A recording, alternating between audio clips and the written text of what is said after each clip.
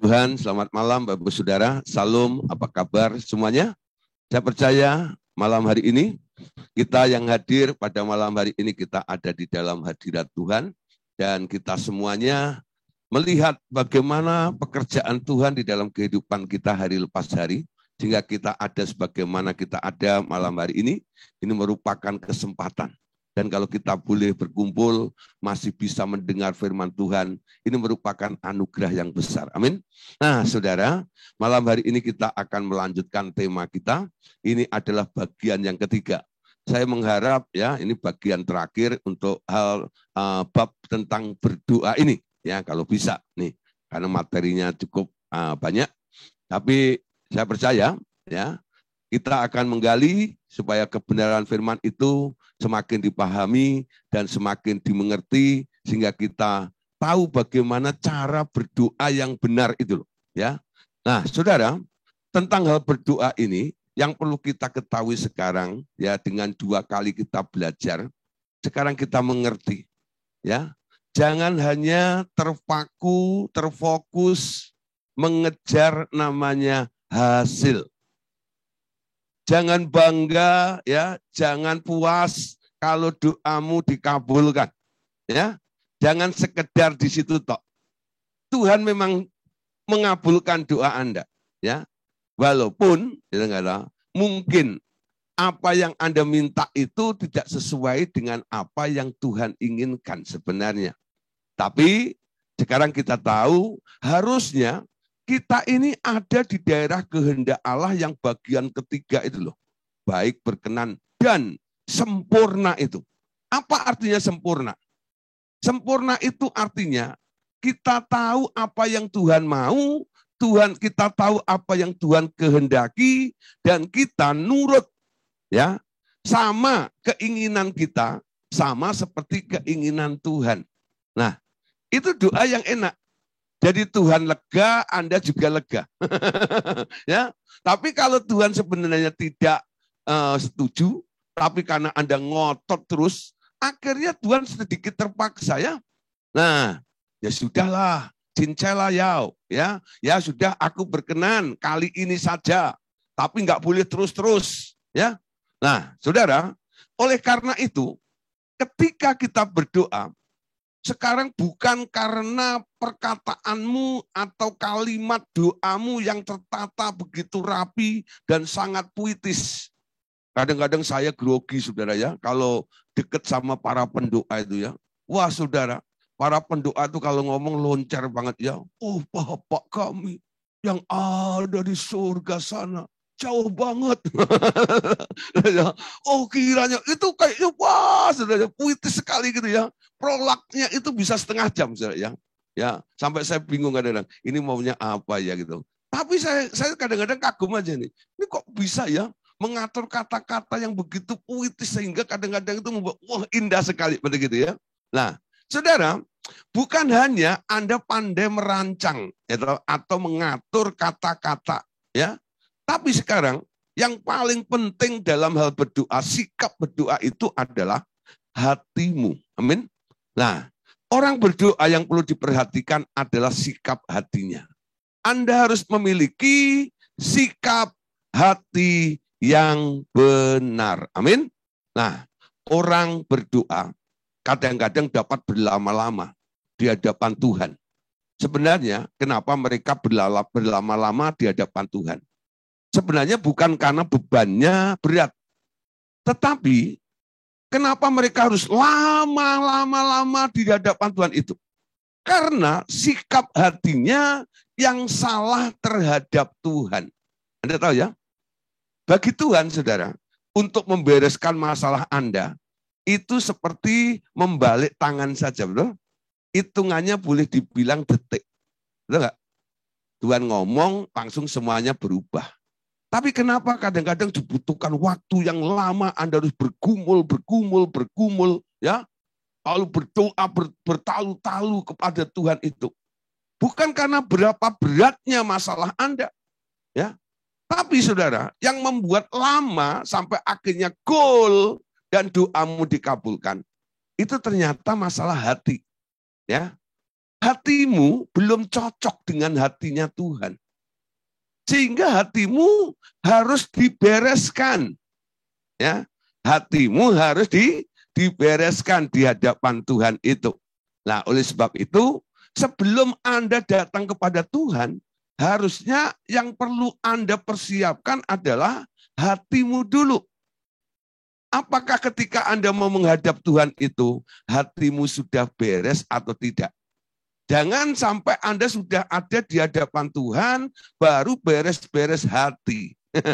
Ya, lah saudara, di situ nanti akan membutuhkan waktu yang lama sekali, sehingga Anda harus berulang-ulang, berjam-jam ada di hadapan Tuhan tersebut. Ya, nah saudara, karena ya kelihatannya lama dan Tuhan tidak memberi, tidak menjawab, tidak mengabulkan doa Anda, lalu ada anggapan bahwa dikira Tuhan itu pelit dalam menjawab doanya.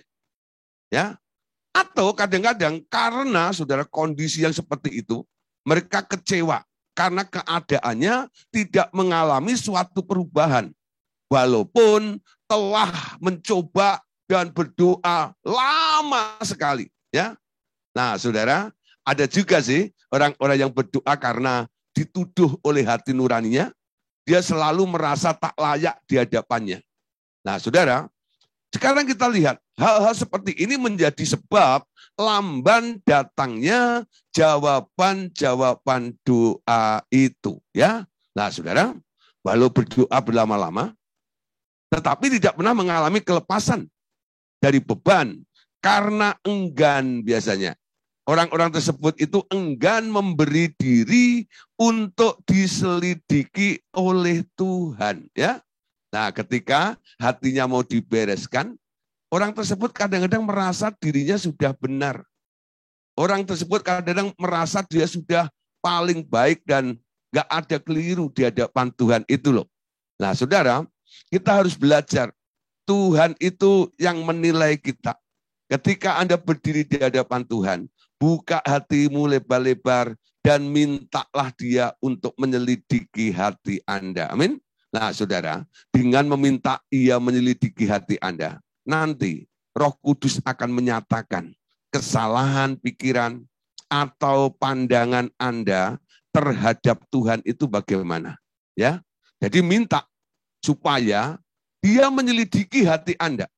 Nanti itu bagian Roh Kudus yang akan menyatakan kesalahan pikiran atau pandangan Anda terhadap Dia. Sehingga Anda tidak curiga, oh Tuhan itu pelit ini dan itu. Enggak, saudara. Kenapa? Hatimu mulai dibereskan. Cara pandangmu tentang Tuhan pun nanti juga akan diluruskan oleh Roh Kudus. Roh Kudus akan menyatakan adanya kesalahan-kesalahan dalam konsep berpikir Anda juga. Ya, nah saudara, dalam hal ini ya, untuk mengetahui apakah Anda sedang salah atau Anda sudah benar ini, Anda nggak boleh menyelidiki diri sendiri. Ya, ada Roh Kudus yang diberikan untuk menyelidiki dan menyatakan tentang keberadaanmu. Ya, jangan introspeksi. Ya, nah saudara, istilah introspeksi ini kadang-kadang kan sering diarahkan atau diajarkan. Ayo introspeksi dong gitu ya. Nah saudara, hati-hati. Jangan berusaha menyelidiki hati Anda sendiri atau introspeksi.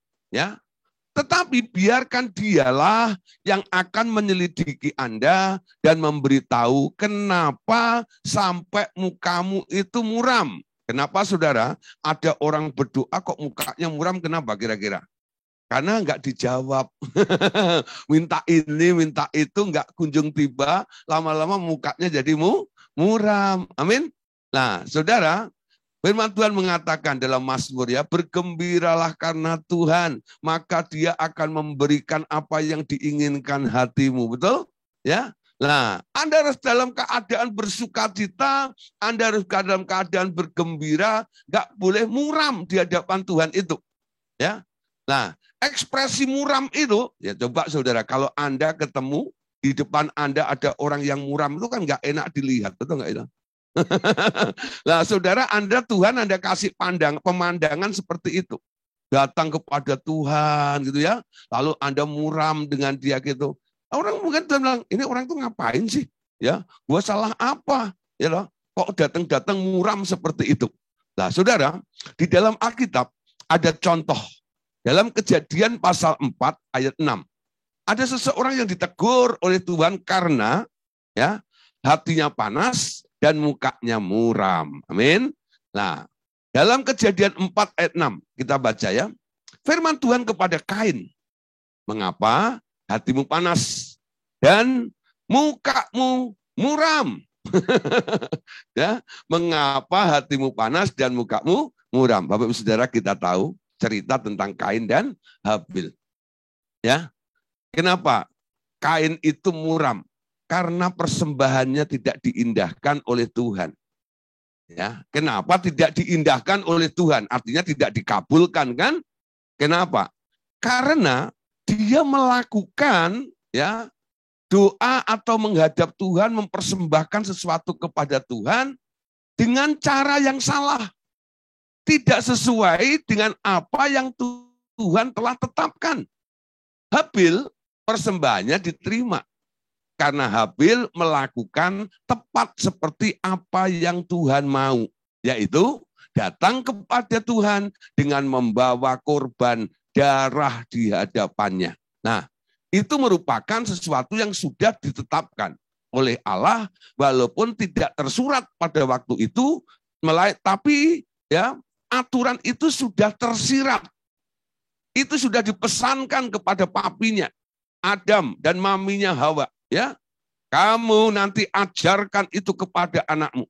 Ya, cara datang untuk mengadakan penebusan salah itu, mereka harus membawa binatang dan binatang itu disembelih lalu darahnya dikucurkan dipersembahkan kepadaku. Ya, saya percaya Kain sudah mendengar arahan, ya, nasihat, cerita ini dari papinya. Tapi dia nggak dengar-dengaran. Dia maunya sendiri. Dia merasa inilah yang aku punya. Aku berikan yang terbaik untuk Tuhan. Tapi saudara, walaupun itu yang terbaik, menurut caranya sendiri, menurut polanya sendiri, di hadapan Tuhan tidak laku, tidak diindahkan, tidak dikabulkan. Akhirnya Kain itu muram, saudara ya, hatinya panas, ya, dia marah, bukan hanya marah kepada Tuhan, ya, tapi juga marah terhadap adiknya itu, betul nggak? Ya, lalu sampai ada insiden. Adiknya itu dibunuh oleh dia.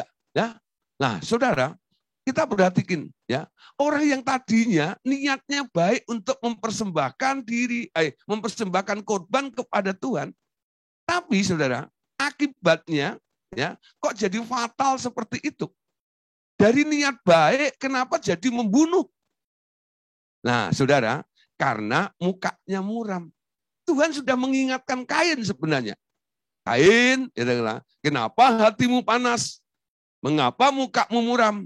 Ingat, dosa sudah mengintip di depan pintu dan engkau harus berkuasa atasnya. Tapi Kain kayaknya tidak berkuasa atas itu. Dia mengizinkan iblis intervensi sehingga mendorong dari marah, dari geram, mukanya muram, hatinya panas itu. Lalu dia melampiaskan marahnya itu dengan membunuh adiknya. Nah, saudara, kita perhatikan ya. Tentang masalah hati ini harus dibereskan. Ketika kita datang pada Tuhan, lihat, hatimu jangan panas. Hatimu jangan marah. Ya. Mungkin Anda sedang marah dengan saudaramu, mungkin Anda sedang marah dengan keluargamu, mungkin Anda marah dengan kolegamu, atau Anda marah dengan pendetamu, lalu Anda datang pada Tuhan. Sebenarnya Anda membawa muka apa?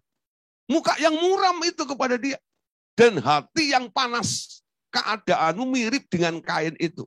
Kalau telinga rohmu cukup untuk mendengar, Anda pasti akan mendengar juga apa yang difirmankan oleh Allah kepada Kain itu kepada Anda juga. Tuhan pasti berkata, ya, mengapa hatimu panas dan mukamu muram? Beresin itu, ya, ampuni dia. Ya, nah, saudara, Tuhan Yesus mengajar, ya, ini Kalau kamu datang mempersembahkan sesuatu kepada Tuhan, ya, kamu masih mengingat sesuatu yang ada di dalam diri saudaramu, tinggalkan dulu itu persembahanmu, berdamailah dulu dengan mereka, lalu baru kamu balik datang kepadaku. Amin. Nah, nangkep saudara ya. Jadi Tuhan itu mau setiap orang yang menghampiri dia, yang datang kepada dia, hatinya harus beres. Hatinya harus benar. Ya. Karena hati itu landasan. Amsal berkata, jagalah hatimu dengan segala kewaspadaan, karena dari situlah akan memancar kehidupan. Ya, segala sesuatu itu mulainya dari hatimu, saudara. Ya, tak peduli omonganmu. Ya, mungkin Anda masih ngomong salah, tapi kalau hatimu benar, itu jauh lebih gampang dibenerin. Ya, omongan salah sama hati yang benar, ya. Nah, itu nanti hati benar ini akan mengubah omonganmu. Tapi omongan yang benar, kalau hatimu salah, ya, itu nanti, nah ini hanya kedok saja. Ya, jadi kayak orang munafik aja gitu. Menusuk dari belakang seperti itu. Manis di bibir, pahit di hati. Seperti ya, buah semangka berdaun sirih. Nah, saudara ya, kasih apel dalamnya kasih silet ya. Ya, saudara orang makan langsung gitu enggak ya. Nah, ya, kasih bunga sama potnya, udah enggak dilempar gitu ya. Benjol, betul enggak ya. Mau bunga gitu loh, lempar dus gitu sama potnya. Nah, ini enggak tulus sebenarnya. Amin. Nah, dalam pemberiannya kepada Tuhan. Loh, saudara, Daud itu orang yang penuh dengan banyak kesalahan ya dalam dirinya. Dia pernah salah ini, dia pernah salah itu. Dia bukan orang yang tiap hari itu benar gitu, enggak. Tapi Daud itu berkenan kepada Tuhan. Doanya selalu dikabulkan oleh Tuhan. Rahasianya ada di mana? Mari kita lihat dalam Mazmur pasal 43. Mazmur pasal 43 ayat 3 sampai ayat yang kelima. Daud itu berkata begini, suruhkanlah terangmu dan kesetiaanmu datang supaya aku dituntun di bawah gunungmu yang kudus dan ke tempat kediamanmu. Maka aku dapat pergi ke mezbah Allah, menghadap Allah yang adalah sukacitaku dan kegembiraanku, dan bersyukur kepadamu dengan kecapi ya Allah, ya Allahku. Ya. Dan Daud mulai berkata, mengapa engkau tertekan hei jiwaku, dan mengapa engkau gelisah di dalam diriku? Berharaplah kepada Allah, sebab aku bersyukur lagi kepadanya, penolongku dan Allahku. Saudara, Daud sering mengalami pressing, ada tekanan di dalam hidupnya. Dia mengalami namanya kegelisahan di dalam hidupnya. Tapi tekadnya, dia mau bersyukur kepada dia. Bagaimana orang yang sedang mengalami pressing, tekanan, dan gelisah di dalam hidupnya ini bisa berubah menjadi orang yang bersukacita di hadapannya? Cuman satu, saudara. Ya, dia berkata tadi, suruhlah terangmu dan kesetiaanmu datang supaya aku dituntun ke dalam gunungmu yang kudus. Saudara, apa fungsinya terang? Fungsinya terang itu untuk menunjukkan barang-barang yang ada di dalam kegelapan, bukan? Untuk menyingkap semua yang tersembunyi, itu terang. Anda bisa tiru doanya Daud itu. Suruhlah terangmu dan kesetiaanmu datang. Ya, itu sama seperti Daud berkata, selidiki aku, lihatlah hatiku, apakah jalanku serong. Sama, saudara. Ya, suruhlah terangmu. Jadi biarkan Tuhan menerangi hatimu sehingga akhirnya Anda mendapati dan Anda mengetahui, oh, ada paku toh di sini. Ya, makanya sakitnya di sini. Ya. Nah, oh, ada ini toh, ada ini toh. Nah, nanti Roh Kudus yang akan menyatakannya. Kamu masih marah dengan dia, ya. Kamu belum bayar utangmu.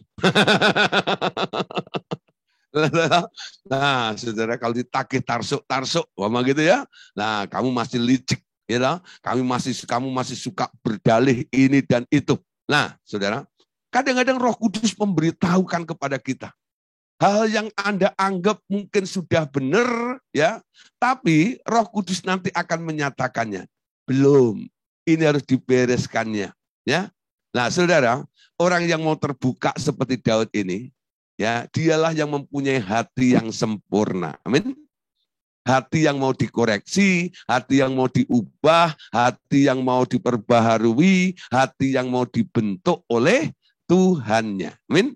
Nah, sekarang tiru ya. Suruhlah terangmu dan kesetiaanmu datang kepadaku, ya, supaya aku dituntun dan dibawa ke gunung-Mu ya kudus ya Tuhan. Wow, keren ya. Ayo besok atau malam nanti setelah Zoom meeting ini, Bapak Ibu Saudara berdoa. Tiru doanya Daud, ya. Tuhan, biarlah terangmu boleh datang, menerangi hatiku.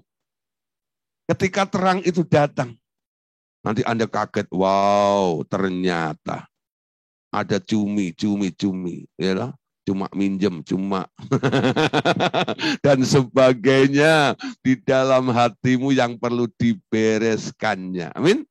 Selidiki aku Tuhan, bongkar semuanya, ya. Nah, daripada Anda nanti dipermalukan di depan umum, mending Anda datang secara personal, secara pribadi, ya, kepada Tuhan.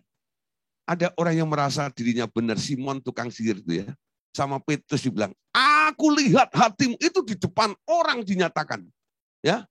Jangan sampai saudara, ya, nanti ada seorang nabi atau hamba Tuhan yang bernubuat kepada Anda tentang kebusukan yang ada di dalam diri Anda.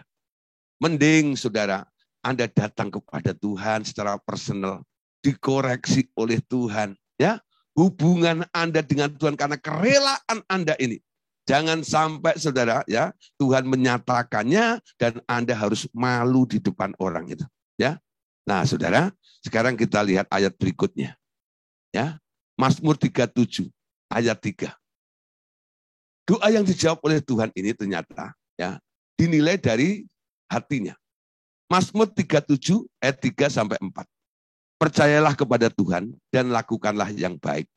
Ya, apa yang disebut baik? Nurut Tuhan. Ya, diamlah di negeri dan berlakulah setia dan bergembiralah karena Tuhan. Maka Ia akan memberikan kepadamu apa yang diinginkan hatimu. Amin. Tuhan mau kalau kita datang kepada Dia, ya, senyum dan bermuka gembira, bukan bermuka dua, ya, bermuka gembira, angkat tangan, pujilah Dia. Amin. Datang kepada Tuhan, bergembiralah karena Tuhan. Maka Dia akan memberikan apa yang diinginkan hatimu. Amin. Ketika Tuhan menyatakan, ya, semua yang salah di dalam hidup Anda harus bersyukur. Terima kasih Tuhan. Ini bukti kasih-Mu, bukti kesetiaan-Mu, sehingga Engkau menunjukkan bahwa saya masih salah. Perbaharui, ya. Semakin hari bongkar semuanya Tuhan. Dan ketika itu semua terjadi, Anda bukan marah dengan Tuhan, tapi Anda mulai katakan, terima kasih Tuhan. Bergembiralah karena Tuhan. Ya, karena Dia mau bereskan hatimu, supaya hatimu itu murni di hadapan Tuhan. Khotbah Yesus di bukit mengatakan apa? Berbahagialah orang yang suci hatinya. Sebenarnya dipakai kata pure heart. Murni hatinya. Ya, karena merekalah yang akan melihat Allah, betul nggak ya? Murni, suci hatinya.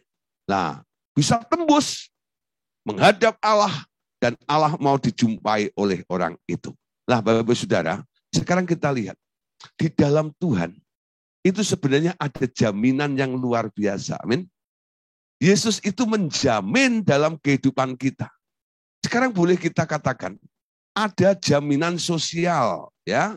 Nah, ada negara-negara maju yang sudah memberikan jaminan sosial kepada rakyatnya, ya, sehingga yang nganggur dan sebagainya itu digaji oleh mereka, ya, sampai mereka beroleh pekerjaan, ya. Nah, saudara, banyak waktu dipakai oleh orang yang masih hidup dalam dagingnya untuk berdoa dan meminta hal-hal yang sifatnya untuk kebutuhan daging mereka sendiri.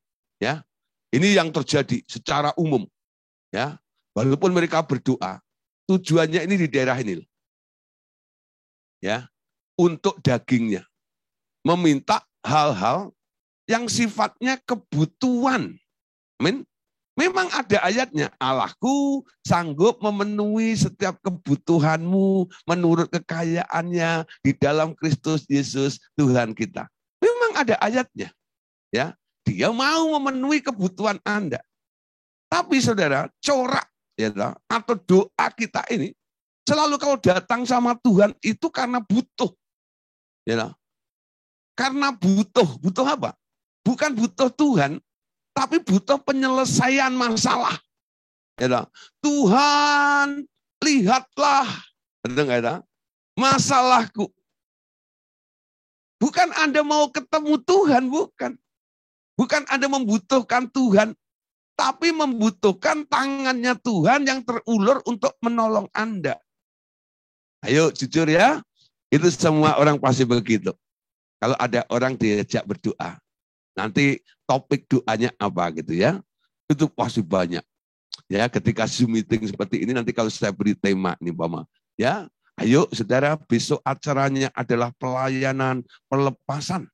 Mau didoain, mau ditengking, dengar ya, saudara, yang hadir banyak, ya, 140 lebih. Bisa 2 kali lipat dari pengajaran seperti ini loh. Ada nggak ya? Nah, inner healing, wah, dilayani gini-gini tuh. Nanti sudah 100 lebih juga gitu. Ya. Tapi kalau pengajaran seperti ini 70, 80 orang ya, seperti itu aja gitu lah, ya. Nah, ini hanya orang-orang yang mau belajar. Nah, sisanya itu yang hanya pengen didoain aja gitu loh, ya. Nah, kenapa? Karena konsep dalam doanya dia kepengen ketemu Tuhan supaya Tuhan itu melakukan sesuatu kepada dia. Ya, nah, saudara, kita harus tahu, kalau doamu modelnya seperti itu, sebenarnya sikap Anda ini sedikit kurang ajar juga sih sebenarnya. Ya, istilah saya begini loh. Kadang-kadang beberapa murid saya katakan ini. Sampai kapan kamu terus memanfaatkan Tuhan seperti itu? Ya, kata memanfaatkan. Kalau saya dimanfaatkan itu kan sebenarnya itu orang kan nggak benar gitu ya. Ya, datang hanya memanfaatkan saya. Coba ya. Kalau Anda datang kepada Tuhan, Anda hanya memanfaatkan dia saja. Itu kan kurang respect sebenarnya. Kurang menaruh hormat kepada Tuhan, bukan? Allah yang mulia, Allah yang besar itu bukan hanya sekedar untuk menjadi tambal butuh di dalam kehidupan Anda. Oleh sebab itu, Anda harus mengerti, di dalam Tuhan itu sebenarnya sudah ada jaminannya. Amin? Ada jaminannya. Jaminannya apa di sini, saudara? Jaminan sosial dalam kerajaan surga ini. Padahal ada kebenaran yang memerdekakan orang percaya dari doa-doa permintaan seperti itu. Segala keperluan untuk hidup Anda itu sebenarnya telah dijamin oleh kerajaan. Kerajaan Allah ya memiliki social welfare atau jaminan sosial yang jauh lebih tinggi dari semua negara di bumi ini. Amin. Nah, saudara, di kerajaan surga, kerajaan Allah ini ada jaminan sosial. Ya, nah, Matius 6 kita lihat ayat 25 sampai ayat 26. Ini merupakan janji Tuhan yang dijanjikan dan inilah wujud jaminan sosialnya. Dikatakan begini, Matius 6 ayat 25 sampai 26. Karena itu, aku berkata kepadamu, jangan khawatir akan hidupmu, akan apa yang hendak kamu makan atau minum. Dan janganlah khawatir pula akan tubuhmu, akan apa yang hendak kamu pakai. Bukankah hidup itu lebih penting daripada makanan, dan tubuh itu lebih penting daripada pakaian?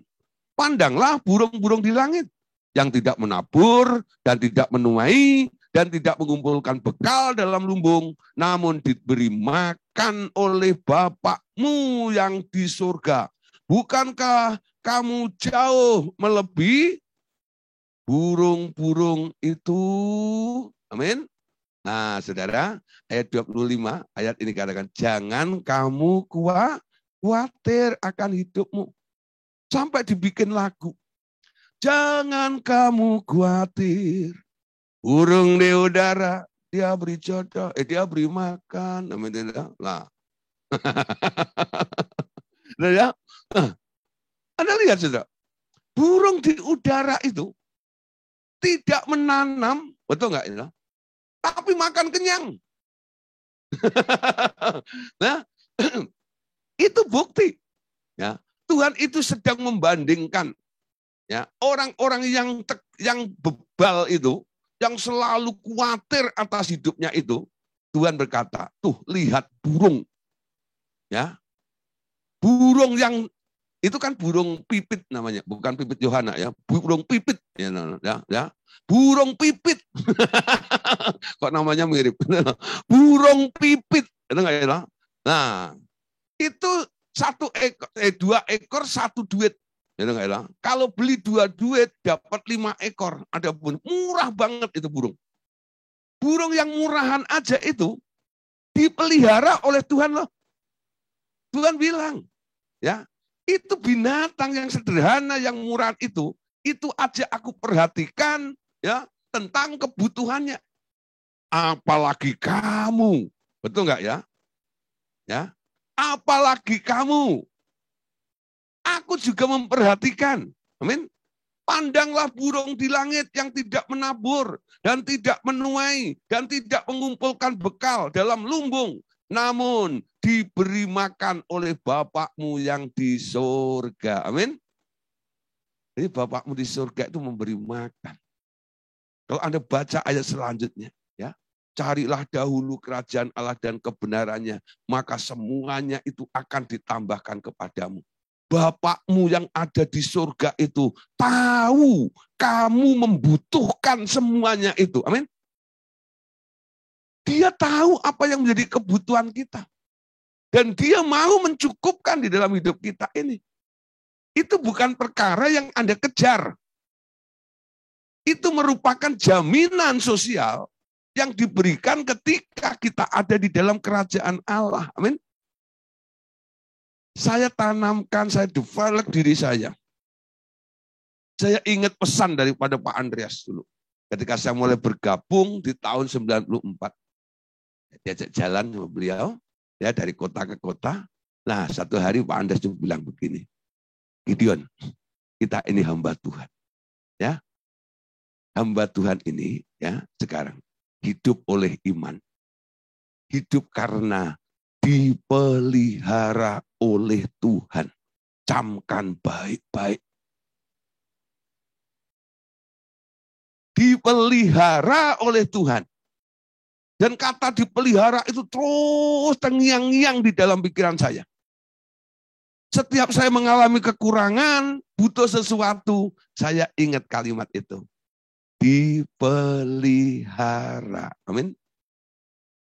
Ya, saudara, dipelihara oleh yang punya langit, bumi, dan segala isinya. Kaya banget. Hatimu bereskan. Banyak orang itu nggak mengerti tentang pemeliharaan Allah. Karena sibuk dengan kekhawatirannya, sibuk dengan kebimbangannya, sibuk dengan masalahnya, itu enggak. Lalu lupa apa yang dijanjikan oleh Tuhan yang sudah disediakan oleh Tuhan itu, Anda tidak ambil, Anda malah mengejar yang lainnya gitu loh. Nah, Bapak Saudara, Tuhan mau memberikan makanan itu kepada kita. Amin. Coba saudara mulai belajar hidup tanpa kekhawatiran. Di sini ada yang masih khawatir? Apapun alasannya. Khawatir itu tidak menolong Anda. Dalam konteks yang sama, dalam Matius pasal 6, Tuhan Yesus mengatakan, apakah dengan kekhawatiranmu, engkau dapat menambahkan sehasta dalam hidupmu? Itu pertanyaan. Apakah dengan memelihara kekhawatiran itu, engkau akan bisa melanjutkan kehidupanmu ke depan? Enggak. Justru kekhawatiranmu itulah yang membunuh engkau. Amin. Orang khawatir itu tak ada guna. Amin. Nah, apapun alasannya, buat dirimu jangan khawatir. Amin. Halo? Ya. Pastikan dirimu jangan khawatir. Baca kembali Matius pasal 6 ini. Ya, jangan khawatir apa saja ya tentang apa yang kamu makan, tentang apa yang kamu minum, tentang apa yang kamu pakai dan lain sebagainya yang disebut kebutuhan. Ketika Anda sudah ada di daerah ini, tentang kebutuhan ini Anda sudah beres karena ada jaminan sosial dalam kerajaan surga ini, itu merupakan tugas kewajiban Bapak yang memelihara Anda sebenarnya. Amin. Doamu nanti tidak akan terisi dengan nuntut kebutuhan hidup. Tahu? Ya. Orang yang masih doa nuntut tentang kebutuhan, itu artinya tak mengerti dia tinggal di dalam kerajaan Allah yang ada jaminan sosialnya dan Bapak surgawi memang mau memelihara Anda. Amin. Tanamkan dulu, aku adalah orang yang tinggal di dalam kerajaan Allah. Aku menerima jaminan sosial itu. Bapakku di surga memelihara aku sampai melimpah-limpah. Ya. Nah, Anda boleh akui itu. Anda ngomong untuk mengusir kekhawatiran yang ada di dalam pikiran Anda. Sampai hatimu mantap seperti itu. Ya. Nah, saudara, ketika Anda yakin akan pemeliharaan Allah, ketika Anda datang untuk berdoa, hatimu nggak diisi dengan keinginan untuk diberkati, tolong Tuhan ini, tolong itu. Enggak. Anda datang kepada Tuhan apa? Tuhan. Ya. Nah, beda lagi nanti saudara. Dalam doa-doa Anda itu beda. Ya. Doa itu kan hubungan dengan Allah. Ya. Kalau orang masih merasa butuh ini, butuh itu, datang kepada seseorang gitu ya. Nanti omongannya itu kan dicampur itu ya. Walaupun awal-awalnya, gimana kabarmu? Oh gini. Oh gini. Oh gini. Ujung-ujungnya apa? Ya, kamu bisa tolong saya enggak ya?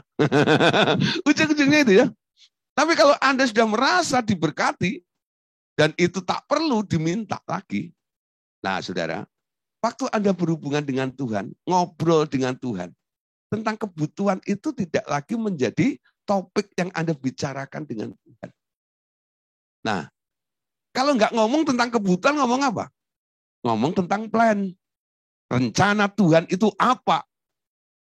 Nah, Tuhan akan mengisi Anda, memberitahu kepada Anda, ada tugas-tugas yang diberikan.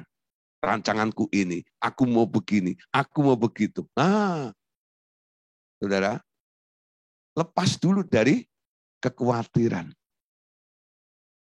Anda yakin ada jaminan sosial dalam kerajaan Allah. Anda akan nangkep nanti rencana Tuhan di dalam hidup Anda ketika Anda berdoa pada Dia. Amin. Saudara, sekarang berikutnya. Kenapa orang harus berdoa? Ya, kalau Tuhan sudah tahu, kenapa orang harus berdoa? Sering ditanya ya, Bapakmu di surga tahu kamu membutuhkan itu. Sebelum kamu meminta, Bapakmu sudah tahu apa yang akan kau minta. Nah, kenapa kita harus meminta? Kenapa kita harus berdoa? Nah, saudara, ternyata ya surga itu membutuhkan alasan. Surga membutuhkan alasan. Ya, jadi surga itu siap untuk intervensi, untuk menolong. Ya, tapi saudara, surga itu bergerak kalau ada yang berteriak dari bumi ini. Nanti kalau dikomplain, kenapa kau lakukan itu? Tuh ada yang teriak tuh. Nah, ada alasannya. Makanya Tuhan mengajarkan, berdoalah. Ya, supaya apa? Surga bergerak. Melakukan sesuatu. Nah, di sini kita sekarang paham bahwa surga ternyata membutuhkan alasan, yaitu orang-orang yang rela untuk berdoa. Ya.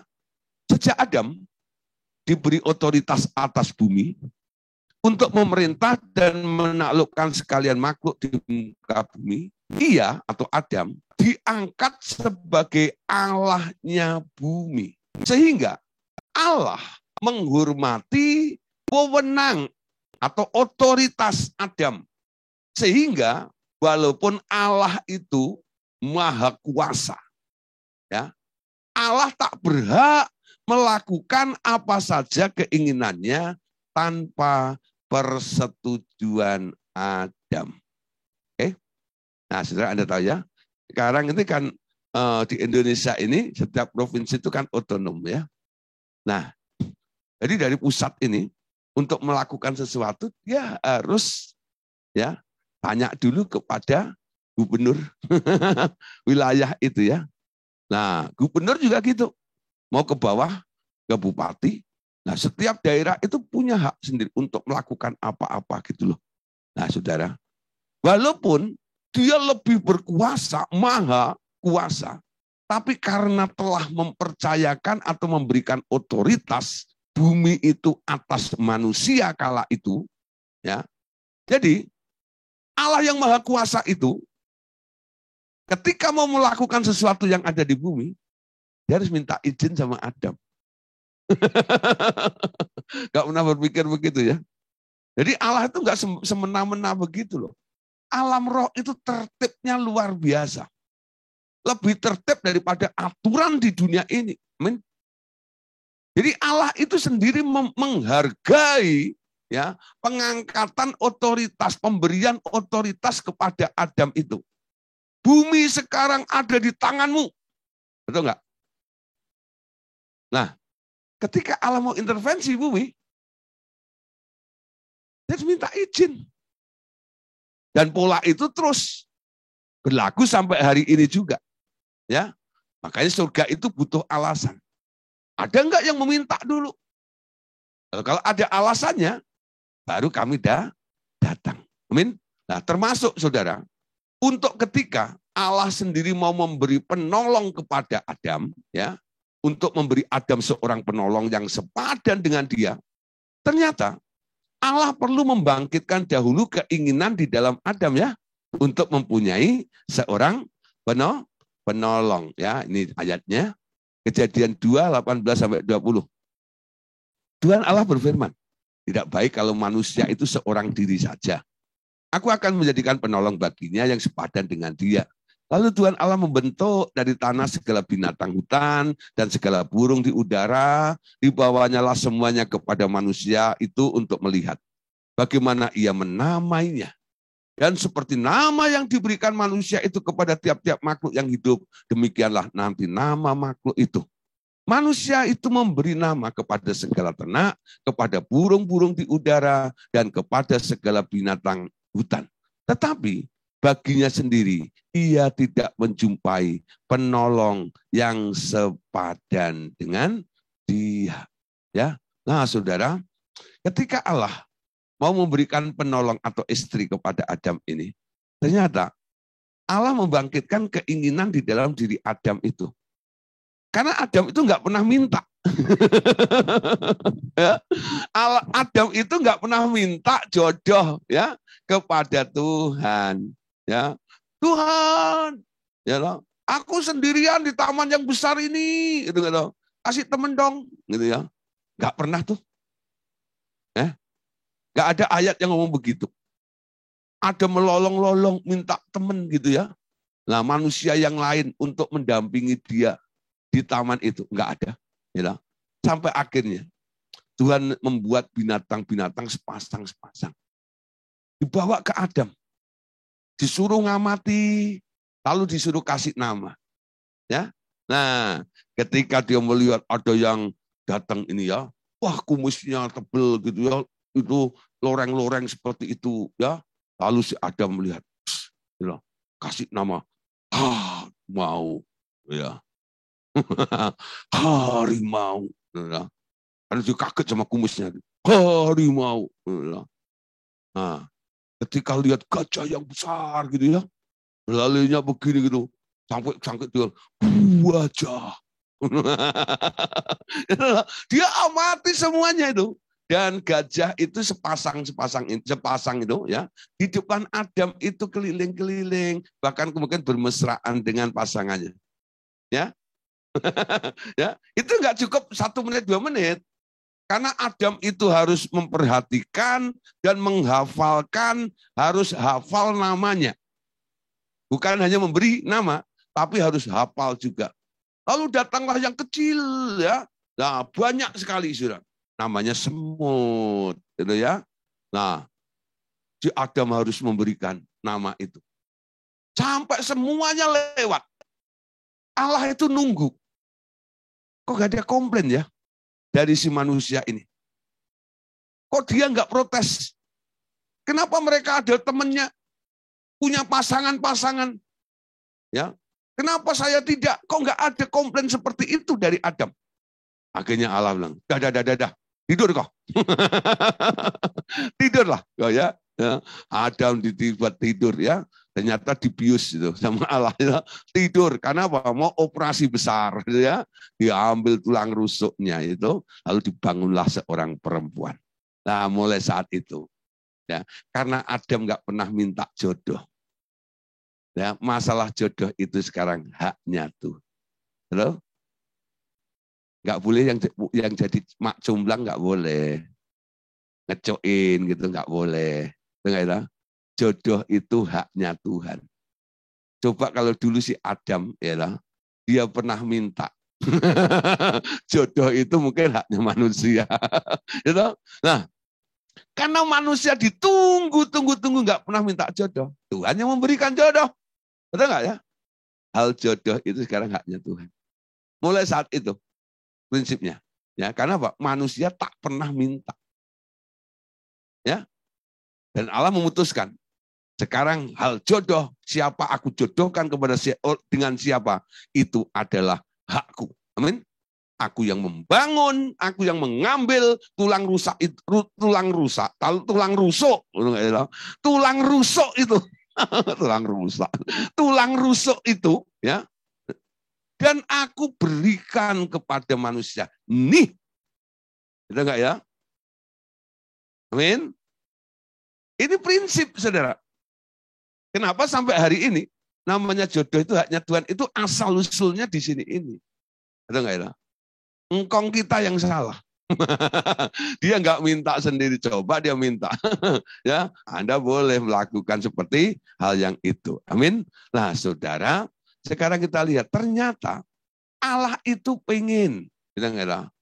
Dia mau melakukan sesuatu atas persetujuan manusia itu. Amin. Nah, sekarang kita lihat berikutnya. Surga ternyata membutuhkan doa orang-orang percaya agar mereka punya alasan untuk mengirimkan kuasanya, mengerjakan sesuatu di bumi. Ia akan menaruh beban-beban doa ke dalam hati Anda agar Anda mau berdoa bagi kepentingan dia. Lihat ya, kalau Anda sudah tidak lagi berurusan dengan kebutuhan Anda, nanti ketika Anda berdoa, Tuhan akan menaruh beban-beban doa ke dalam hati Anda agar Anda mau berdoa bagi kepentingan Tuhan. Bukan kepentinganmu lagi.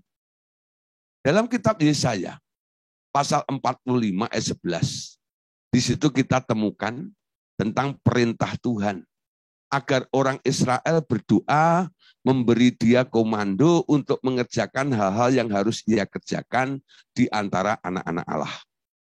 Di dalam terjemahan bahasa Indonesia kalimatnya diubah menjadi sebuah pertanyaan. Ya, nah di sini ya, beginilah firman Tuhan. yang Maha Kudus Allah dan Pembentuk Israel, kamukah yang mengajukan pertanyaan kepadaku mengenai anak-anakku atau memberi perintah kepadaku? Ya, nah mengenai yang dibuat tanganku. Sebenarnya saudara ya, Anda ya, boleh meminta. Ya. Nah, perintah Tuhan itulah yang diberikan kepada kita semuanya nanti. Kenapa saudara? Anda boleh membuat sebuah perintah karena Tuhan telah memberikan otoritas, ya, otoritas di atas bumi. Setelah Tuhan Yesus membangun kerajaan surga di bumi, Ia memberikan otoritas kepada orang percaya untuk gereja Tuhan di atas bumi, untuk mengikat atau melepaskan sesuatu yang ada di alam roh atau surga. Gereja adalah pusat kegiatan Allah yang terutama pada saat ini. Karena itu Ia mencurahkan seluruh otoritasnya dan kuasa kepada gerejanya. Ia sedang bekerja keras agar semua musuhnya ditaklukkan ke bawah kaki Kristus. Untuk itu Ia melengkapi gerejanya dengan seluruh otoritas yang Ia punya. Kita lihat ayatnya, Matius 18 ayat 18. Mari kita baca. Aku berkata kepadamu, sesungguhnya apa yang kamu ikat di dunia akan terikat di surga. Dan apa yang kamu lepaskan di dunia ini akan terlepas di surga. Ya, Tuhan Yesus berkata, apa saja yang kamu ikat, apa saja yang kamu lepaskan, ya, di bumi ini akan terikat dan terlepas di surga. Ya, jadi komando itu, ya, ucapan itu diucapkan dari mana? Dari bumi. Mempengaruhi surga, saudara. Otoritas diberikan seperti itu. Jadi pada waktu Allah memberikan otoritasnya kepada Anda, sekarang pegang otoritas ini. Apa yang kamu ikat dan apa yang kamu lepaskan di bumi ini akan terlepas di surga. Ya. Nah, dalam 1 Korintus pasal 15 ayat 24 sampai 26. Ya. Ini tujuannya, saudara, bahwa otoritas itu sampai ke daerah alam roh. Kemudian tiba kesudahannya, yaitu bila mana Ia menyerahkan kerajaan kepada Allah Bapa sesudah Ia membinasakan segala pemerintah, kekuasaan, dan kekuatan. Karena Ia harus memegang pemerintahan sebagai raja sampai Allah meletakkan semua musuhnya di bawah kakinya. Musuh yang terakhir yang dibinasakan ialah maut. Nah, saudara, kalau Anda sudah tidak berdoa untuk kebutuhan-kebutuhan Anda, Tuhan akan memberikan beban doa. Bebannya apa? Yuk, sekarang kita taklukkan musuh-musuh itu di bawah kakinya Kristus. Ya, doanya seperti itu. Ya, doanya bukan lagi tentang memohon kebutuhan-kebutuhan hidup lagi. Kenapa bisa begitu? Karena hatimu sudah dibereskan dari rasa khawatir, dari rasa takut, dari rasa kurang, dari rasa cemas. Amin. Nah, saudara, sekarang ada jenis-jenis doa. Ada doa peperangan. Nah, ada yang suka perang ya. Perang. Ya. Doa peperangan.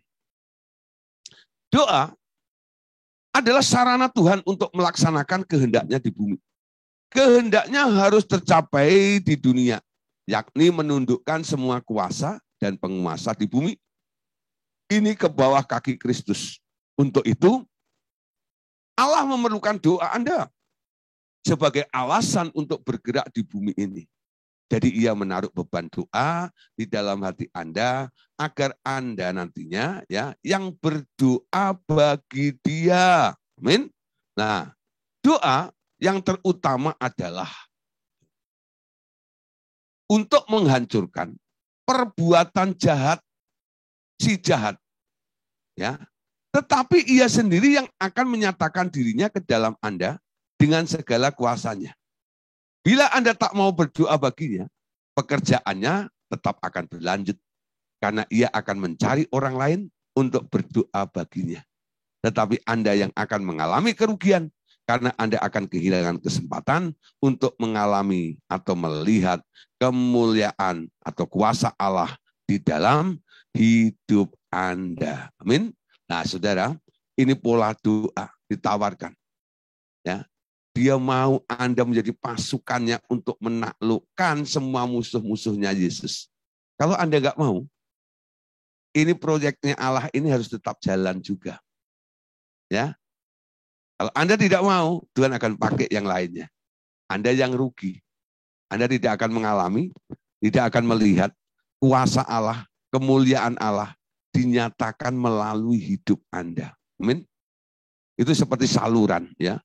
Anda menutup atau tersumbat, dia nggak bisa menyalurkan, ya. Berhenti di situ.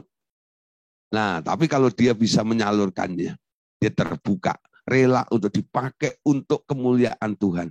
Setiap hari dia mengalami hal-hal yang Tuhan mau inginkan, lakukan. Dia dibawa kepada pengalaman demi pengalaman, sampai pengalaman yang luar biasa, saudara. Ya, saya melihat, saudara, ketika saya mulai menurut dengan Tuhan dalam pelayanan seperti ini, ya, saya melihat Tuhan membawa, ya, dari level ke level. Dari pengalaman ke pengalaman.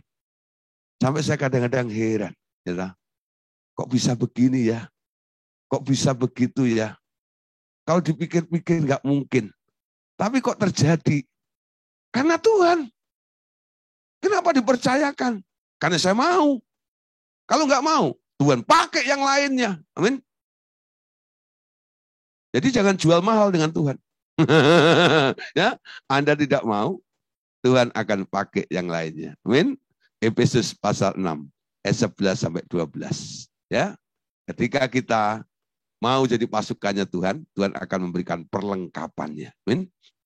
Efesus 6 11 12. Kenakanlah seluruh perlengkapan senjata Allah supaya kamu dapat bertahan melawan tipu muslihat iblis. Karena perjuangan kita bukanlah melawan darah dan daging, tetapi melawan pemerintah-pemerintah, melawan penguasa-penguasa, melawan kuasa-kuasa dunia yang gelap ini, dan melawan roh-roh jahat di udara. Ya, saudara, musuhmu bukan mertuamu yang nyinyir, ya, musuhmu bukan mantumu yang yang nggak nurut, ya, musuhmu bukan tetanggamu yang bikin berisik, ya. Tapi musuhmu adalah, ya, penguasa-penguasa di udara. Ya, roh. Ya, bukan daging. Ya. Nah, saudara, Tuhan memberikan perlengkapan untuk melawan, menang atas roh-roh jahat itu tadi. Amin. Nah, jadi Tuhan yang akan membawa masuk ke dalam medan pertempuran itu dan membuat Anda nantinya melihat bagaimana kemenangan itu terjadi. Ya, nah, 1 Yohanes 3 ayat 8. 1 Yohanes 3 ayat yang ke-8. Siapa yang tetap berbuat dosa berasal dari iblis, sebab sejak semula iblis terus-menerus berbuat dosa. Untuk inilah anak Allah menyatakan dirinya, yaitu supaya ia membinasakan perbuatan-perbuatan iblis. Catat baik-baik, saudara, ayat ini, ya. Perhatikan di sini bagian terakhirnya, yaitu supaya ia membinasakan perbuatan-perbuatan iblis. Jadi target dalam perang itu bukan iblisnya, tapi yang dibinasakan, yang dihancurkan adalah tipu muslihatnya atau perbuatan-perbuatannya. Amin. Tahu ya? Jangan salah baca. Jangan salah baca, ya. Dia mau membinasakan perbuatan-perbuatan iblis, bukan membinasakan iblisnya loh. Kita selama ini kan perangnya begini. Aku binasakan iblisnya. Bukan. Tuhan Yesus itu dalam pelayanannya mampu membedakan antara pribadinya dan roh yang menguasainya. Ketika dia berjumpa dengan perempuan yang berzina ketangkep ketangkep basah itu, ya. Nah, semua orang bilang, menurut kami ini harus dilempari batu. Menurut kamu bagaimana? Wah, Yesus dijebak nih. Dosa dosa, betul nggak ya? Dosa harus dihukum. Tapi saudara, Yesus bisa memisahkan. Dia mengasihi orang berdosa, dia benci dosanya. Amin. Kalau kita kadang-kadang kan tidak. Ya, dosa seorang-orangnya Anda benci. Ya, Yesus berusaha untuk menyelamatkan orang itu dan melepaskan orang itu dari dosanya, bukan? Nah, ingat ya, dalam peperangan itu seperti ini, ya, iblisnya bukan dibinasakan, perbuatan-perbuatannya. Kolose 1 ayat 19-20 itu, hati Allah itu ingin berdamai dengan segala makhluk, termasuk si iblis. Kalau mau, betul nggak? Kalau diajak damai nggak mau, ya sudah, ditunggu sampai pada akhirnya nanti dia harus dihukum, ya dihukum. Betul nggak? Tapi diberi kesempatan. Hari ini belum dihukum. Ya, kenapa? Karena neraka belum dibuka. Nanti yang menghukum Tuhan Yesus sendiri setelah kerajaan 1000 tahun. Iblisnya baru dihukum. Sekarang belum. Anda jangan kepagian, betul nggak ya? Jadi pahlawan kepagian menghukum si iblis. Enggak. Tugas kita dalam peperangan ini menghancurkan, membinasakan perbuatan-perbuatan si iblis. Amin. Nah, lanjut Roma 14 ayat 11. Yang nggak ngerti nanti boleh ditanyakan di dalam diskusi. Roma 14 ayat 11. Ada tertulis, demi aku hidup, demikianlah firman Tuhan. Semua orang akan bertekuk lutut di hadapanku dan semua orang akan memuliakan aku. Jadi takut.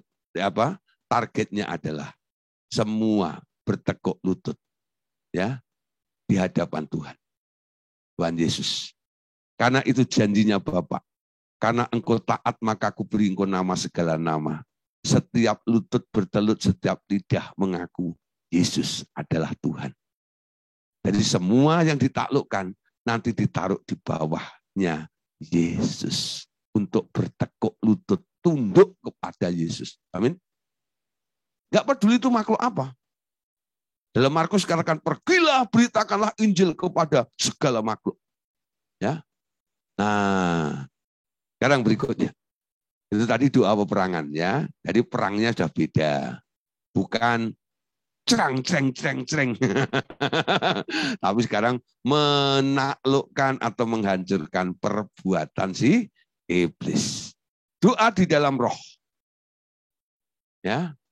Doa di dalam roh.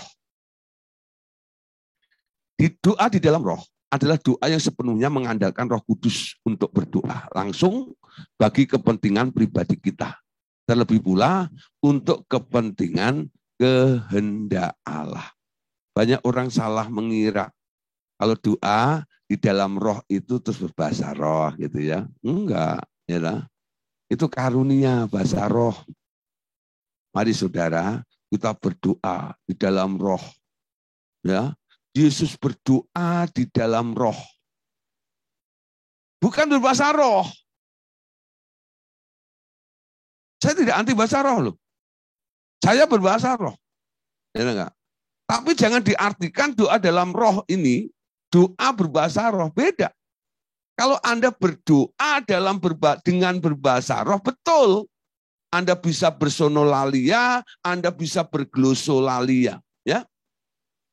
Ada dua jenis bahasa roh kan, senolalia dan glosolalia. Nah, tapi kalau doa dalam roh, itu beda. Apa artinya doa dalam roh? Doa yang bukan keluar dari jiwa Anda. Manusia itu kan ada 3 bagian. Ya, tubuh, jiwa, dan roh. Kalau doa karena Anda mikir, itu doa dalam jiwa. Doa yang minta kebutuhan, itu dalam daging. Gitu ya. Doa yang selalu menuntut untuk dicukupi ini, cukup itu dalam daging. Tapi doa yang Anda rancang-rancang sendiri menurut pikiran Anda, itu namanya doa dalam jiwa. Nah, doa dalam roh itu apa? Rohmu yang berdoa. Roh inilah yang kontak dengan dia. Nanti Roh Kudus yang akan mengarahkan biasanya. Ya, Roh Kudus yang akan memberikan ide dan gagasannya apa yang harus diucapkan. Ya, dalam doa itu Roh akan membantu. Alkitab mengatakan ya, dengan keluhan-keluhan yang tidak terucapkan. Mungkin Anda sudah nggak bisa ngomong. Mungkin Anda sudah tidak bisa berpikir. Hanya mungkin Anda mendesah saja. Gitu ya. Tapi desahan Anda itu ada maknanya. Rohmu, betul nggak ya, menyusun sebuah doa.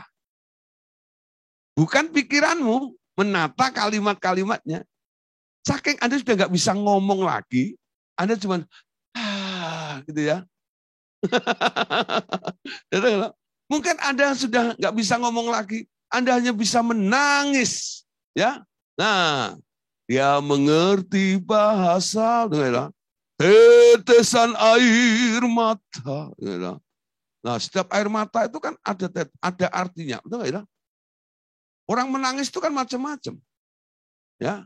Ada yang menangis karena kelilipan, ada yang nangis karena kecolok, betul nggak ya? Ada yang nangis karena ngulek sambel, gitu kan? Ada yang nangis karena ingat ini, ingat itu, gitu kan? Ada juga yang nangis karena bersuka cita, tahu nggak? Nah, jadi air mata itu ada artinya, ya. Mungkin hanya bisa menangis aja gitu. Tapi rohmu ngomong, gitu loh. Nah, kadang-kadang saya melayani orang. Harus bilang, ayo kamu silahkan kamu berdoa. Enggak bisa ngomong lagi. Ya sudah, ekspresikan aja hatimu kepada Tuhan. Saya pikir hati itu saya bicara rohnya, tapi saya bilang hatimu pada Tuhan. Oh, dia membuka hatinya. Ya, nangis di hadapan Tuhan. Ya, saya biarin. Terus sampai puas. Saya bilang gitu. Ya, dalam penderitaan itu dia sudah lama nggak bisa menangis. Lampiaskan dengan menangis. Saya tunggu.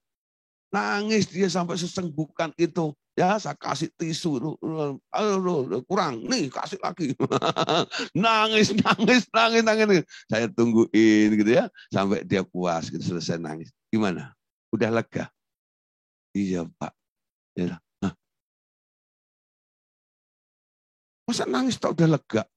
Lalu saya tanya, ketika kamu nangis tadi, kamu merasakan apa? Oh ya Tuhan tadi. Ketika saya nangis, saya dipeluk sama Tuhan. Tuhan bisikin saya. Jangan takut. Ngerti nggak sih saya? Ya, itu bukan main di jiwa. Itu bukan main di fisik. Tapi itu roh. Membantu dalam doa seperti itu. Oke, dari konfirmasinya, dari apa yang dia rasakan, saya cuma meneguhkan aja. Terima kasih Tuhan, Engkau sudah menyembuhkan dia, sudah menolong dia. Dalam nama Tuhan Yesus. Nah, saya cuma membuang sisa-sisanya aja. Ya, ayo semua pengaruh-pengaruh ini yang dia ceritakan tadi itu, saya sikat habis saja. Ya, tapi sebenarnya yang mengerjakan siapa? Yang menyembuhkan siapa? Roh. Dia kontak dengan roh. Yang tahu roh dia dengan roh Tuhan. Saya nggak bisa masuk. Saya hanya membimbing. Ya, pengalaman dalam roh seperti itu tuh personal, sudah. Ya. Nah, seperti orang berbahasa roh. Ketika saya berbahasa roh, Anda tahu artinya? Nggak ngerti. Bahwa saya sendiri nggak ngerti. Saya hanya mengerti, Anda merasakan damai saja.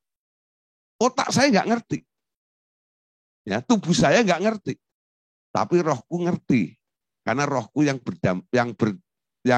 connect dengan roh Tuhan. Amin.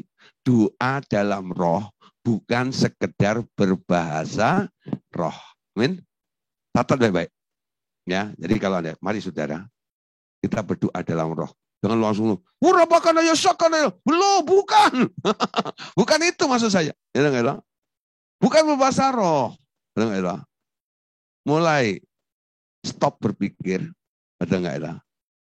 Tanggalkan bebanmu, masuk ke dalam kehendaknya. Izinkan dia intervensi. Dia akan taruh beban ini, dia taruh beban itu. Indah sekali saudara persekutuan itu dengan ini. Coba nanti dalam kelompok doa Anda. Praktekkan ini. Saudara, kita lepaskan beban-beban dalam kehidupan kita ya. Kita nggak usah berpikir mau doa apa. Kita semua sekarang masuk berdoa dalam roh.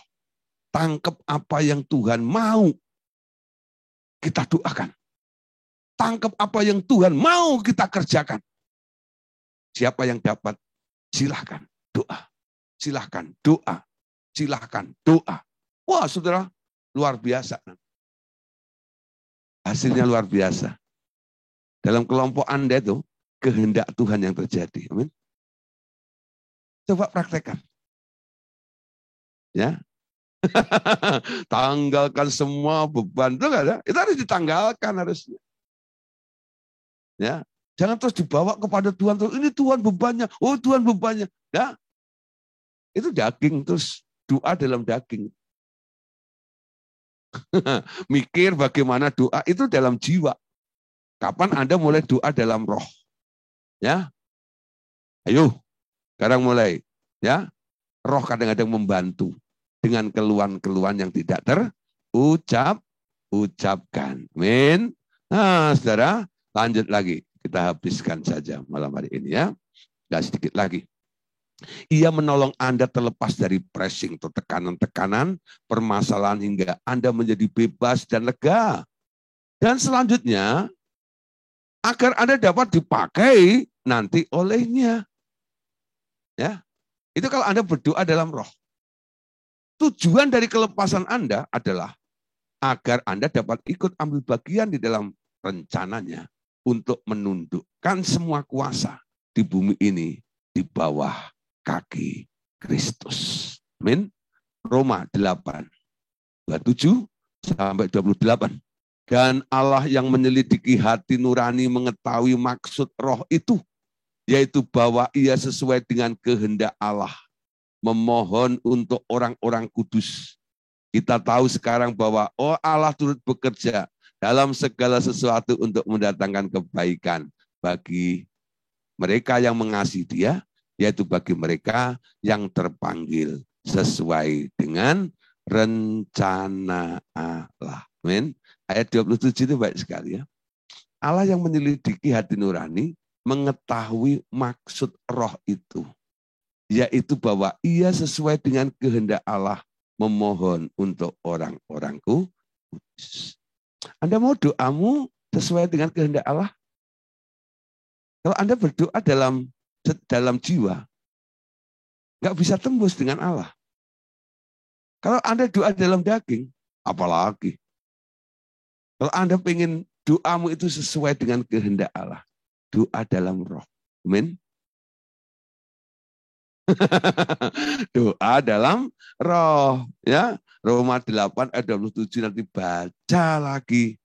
Ya. Karena dia akan memohon untuk orang-orang kudus, ya. Apa yang akan dikehendaki itu akan dicurahkan, diberikan, ditunjukkan kepada kita, diberitahukan kepada kita semuanya. Amin.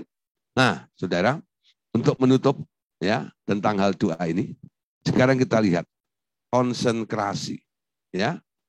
Nah, konsentrasi.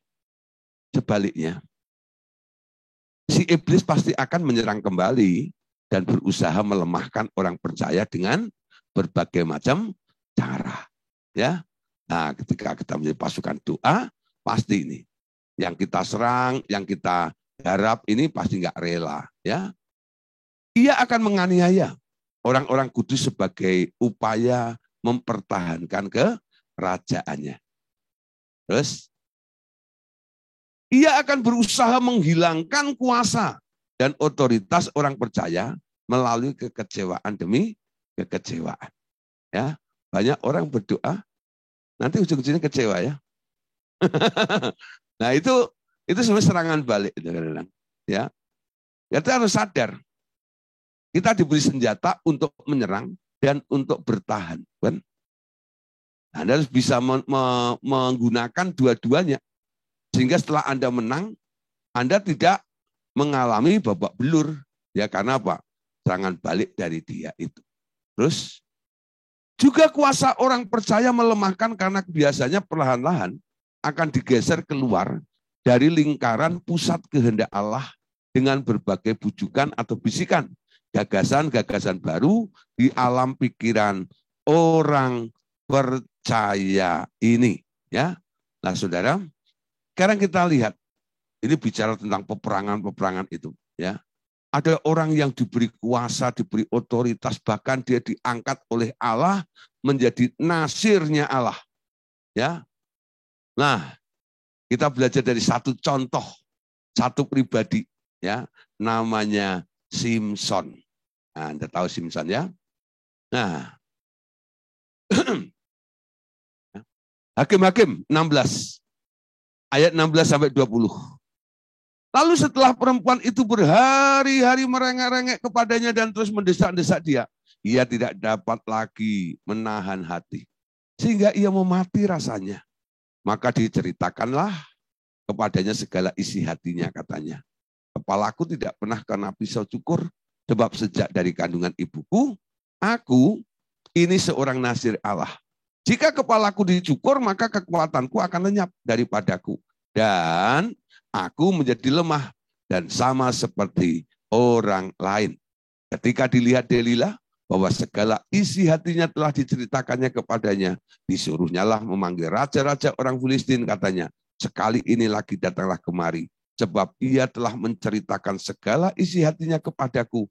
Lalu datanglah raja-raja kota orang Filistin itu kepadanya sambil membawa uang itu. Sesudah itu dibujuknya Simson tidur di pangkuannya. Lalu dipanggilnya seorang dan disuruhnya mencukur ketujuh rambut jalinnya.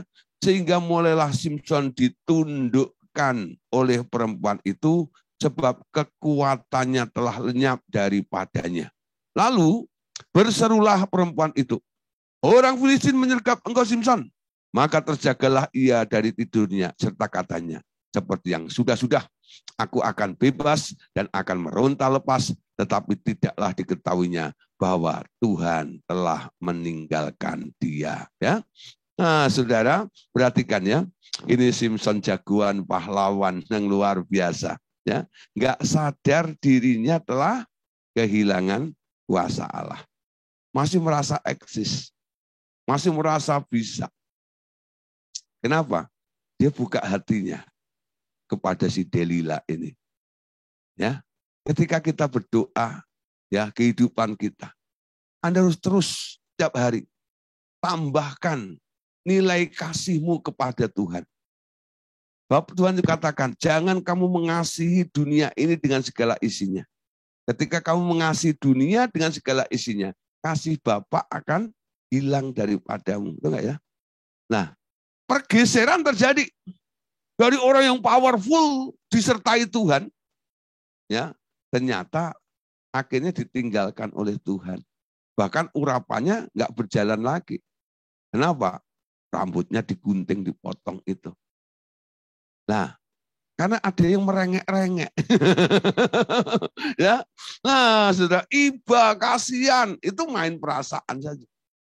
Nah saudara, kita sekarang harus sadar, musuh kita ada di sekitar kita. Betul enggak itu? Dia mencoba untuk menjatuhkan kita juga. Nah, oleh sebab itu, jaga hatimu. Supaya dalam doa kita ini benar-benar doanya murni, doanya tulus untuk kepentingan Tuhan saja. Amin. Oke, Bapak Saudara, sudah selesai tentang berdoa. Ya, ya, puji Tuhan. Tuhan Yesus memberkati kita semuanya. Amin.